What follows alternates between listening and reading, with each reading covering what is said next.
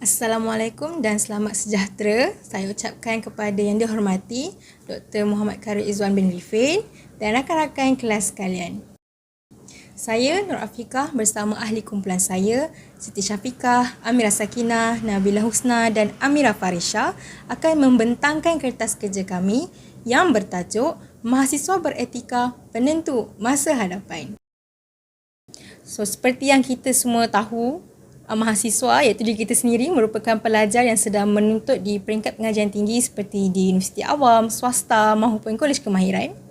Dan manakala etika pula berasal daripada perkataan ethos yang bermaksud kepribadian atau adat dan boleh juga didefinisikan sebagai prinsip moral atau nilai-nilai akhlak yang menjadi pegangan seseorang individu atau kumpulan bahasa. So, antara contoh yang saya boleh berikan adalah etika yang baik ni kita boleh perhatikan dalam diri seorang itu adalah melalui cara mereka bertutur atau berkomunikasi. Contohnya orang yang mempunyai etika yang baik akan menggunakan bahasa komunikasi yang sopan dan tidak mengandungi kata-kata kesan. Dan berdasarkan tajuk kami pada hari ini, sudah pasti ramai tertanya-tanya apakah cara beretika yang perlu diperhatikan oleh mahasiswa dalam kehidupan seharian.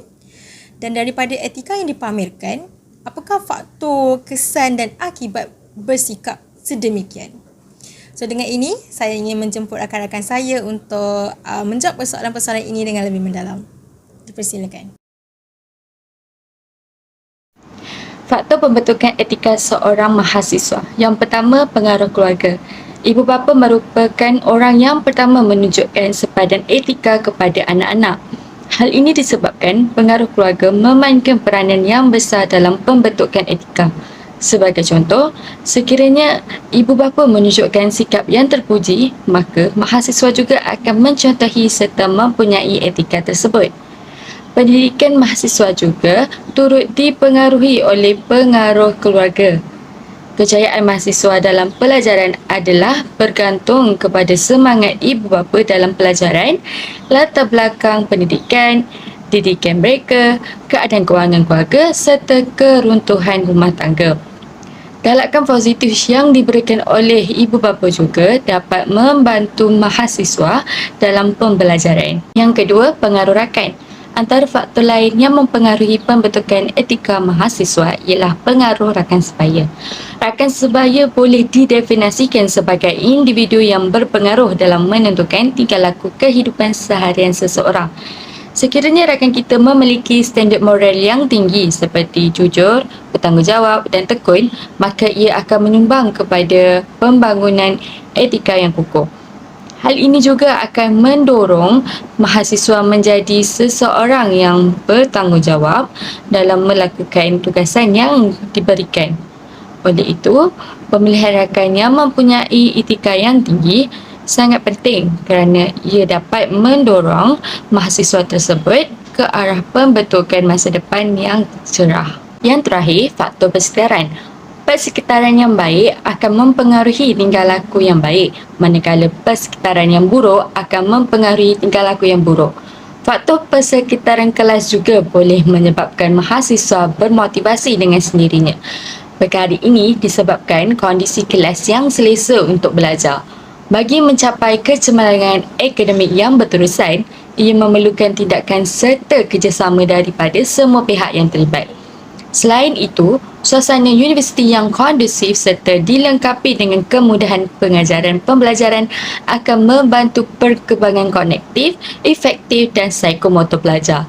Oleh itu, persekitaran yang kondusif akan memberikan aura yang positif dalam membentuk etika mahasiswa di universiti. Seterusnya saya akan terangkan tentang implikasi jika mahasiswa tidak beretika. So yang pertama sekali adalah gejala sosial di negara akan meningkat. So apa yang kita tahu tentang gejala sosial ni? Ia adalah salah satu jenayah yang melibatkan etika dan moral seseorang. Perbuatan ni merupakan satu sifat yang negatif yang dipandang serong oleh masyarakat sekeliling kita. Tak kisah dekat negara mana sekalipun, gejala sosial ni tetap akan menjadi kes yang paling tertinggi di sesebuah negara. So mengapa perkara sebegini sering berlaku? Lagi-lagi dalam negara kita sendiri. So, salah satu punca utamanya adalah nilai etika dan moral dalam setiap diri mahasiswa tidak lagi dicorakkan dalam kehidupan seharian mereka. Contohnya, mereka akan mudah untuk bergaulan bebas, mereka mungkin suka mencuri ataupun merompak, dan juga jangan terkejut, ada juga kes mahasiswa yang suka membuli ataupun kes ini dipanggil sebagai gangsterisme. So, kes-kes seperti ini sangat-sangatlah popular di negara kita. Sebagai bukti, seperti kes buli yang popular pada tahun lepas. Saya yakin semua pasti tahu tentang kes kematian Zulfarhan. Kes ini adalah salah satu kes jenayah yang melibatkan penderaan fizikal. Bukan saja didera, malah beliau juga ditakdirkan meninggal dunia disebabkan kecederaan yang teruk. So, perkara ini tak sepatutnya berlakulah di negara kita kerana ia boleh merosakkan imej nama baik negara dan universiti itu sendiri. So, implikasi yang seterusnya adalah boleh menyebabkan seseorang individu itu mempunyai gangguan psikologi.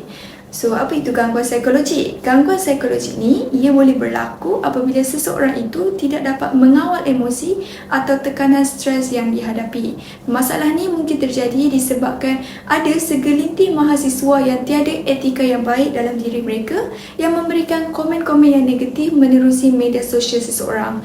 Gangguan psikologi ni perlu dibendung dan ditapis di negara kita supaya mental atau emosi individu tersebut tidak terjejas. Jika perkara ini dapat dibendung, negara kita pasti dapat lebih membangun dengan lebih maju. So, akhir sekali, implikasi yang ketiga adalah tiada nilai kedisiplinan dalam diri mahasiswa. Contohnya yang sering berlaku oleh mahasiswa sekarang ni adalah tiada rasa tanggungjawab dan tidak patuh dalam membuat sesuatu perkara. Contohnya seperti membuat tugasan assignment.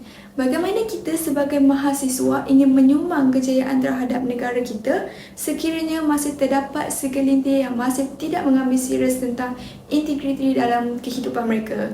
Negara kita memerlukan lebih ramai lagi mahasiswa yang boleh mentadbir negara dengan baik, mereka yang berintegriti, mempunyai sifat pemimpin yang jujur, ikhlas dan yang paling utama sekali ialah mempunyai etika dan akhlak yang baik.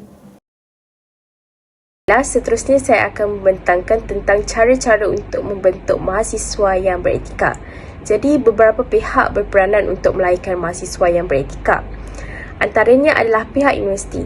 Jadi seperti kita tahu bahawa universiti adalah tempat menimba ilmu dan mahasiswa banyak meluangkan masa mereka di sana. Jadi pihak universiti perlu mendedahkan mahasiswa dengan pelbagai kemahiran.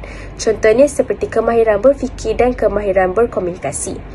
Kurikulum juga perlu dijalankan agar dapat memberi pendedahan kepada mahasiswa sekaligus dapat mengisi masa lapang mahasiswa dengan perkara-perkara yang berfaedah. Mereka juga dapat mengasah kemahiran kepimpinan serta dapat membentuk kepribadian yang baik. Jadi seterusnya adalah pensyarah. Pensyarah juga memainkan peranan dalam membentuk mahasiswa yang beretika. Pensyarah seharusnya menjadi role model kepada mahasiswa dengan menunjukkan personaliti atau akhlak yang baik supaya dapat menjadi ikutan.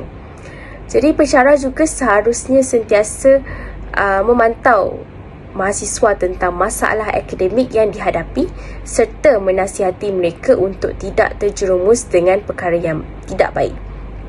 Jadi selain daripada pihak universiti dan juga pensyarah, mahasiswa itu sendiri berperanan dalam melahirkan mahasiswa yang beretika. Mahasiswa perlulah bertanggungjawab dengan bergaul dengan rakan yang baik. Hal ini kerana pengaruh rakan sebaya adalah salah satu punca kemerosotan akhlak. Dengan berkawan dengan rakan yang baik, secara tidak langsung kita akan dapat memupuk nilai murni yang baik dalam diri kita. Jadi akhir sekali adalah peranan keluarga dan masyarakat. Seharusnya ibu bapa perlulah mendidik anak-anak mereka sejak kecil lagi dengan memupuk nilai murni dalam diri mereka. Ibu bapa juga perlu mengetahui dengan siapa anak mereka berkawan.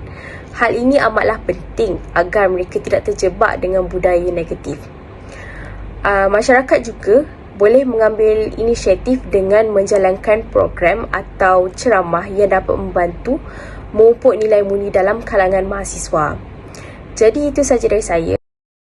Seterusnya, apabila mahasiswa berjaya mempraktikkan etika dalam kehidupan seharian mereka, sudah tentu ianya akan meninggalkan kesan yang baik sama ada terhadap diri, masyarakat maupun negara.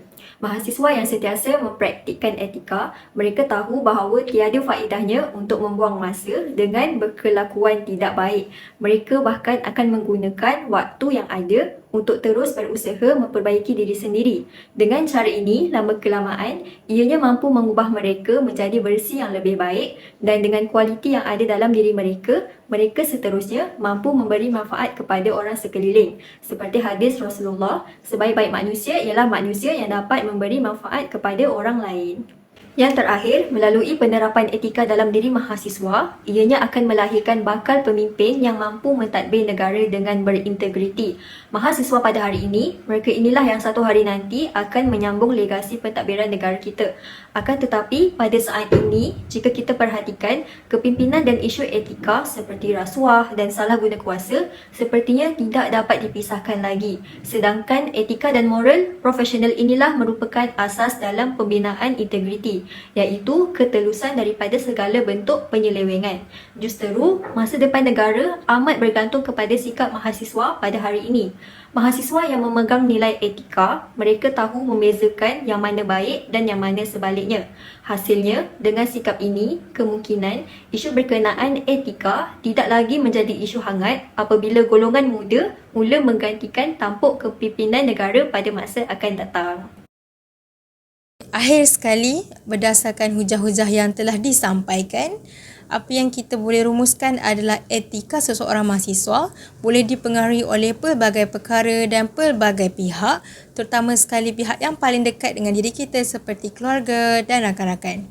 Okay, selain itu juga, kita dapat memahami pelbagai cara beretika yang wajar ada dalam diri seseorang mahasiswa dan kita dapat mengenal pasti impak atau kesan etika mahasiswa sama ada dalam bentuk positif maupun negatif. Dan berdasarkan pembentangan pada hari ini, sudah jelaslah etika perlu ada dalam diri mahasiswa agar dapat melahirkan insan yang berakhlak dan berbudi bahasa.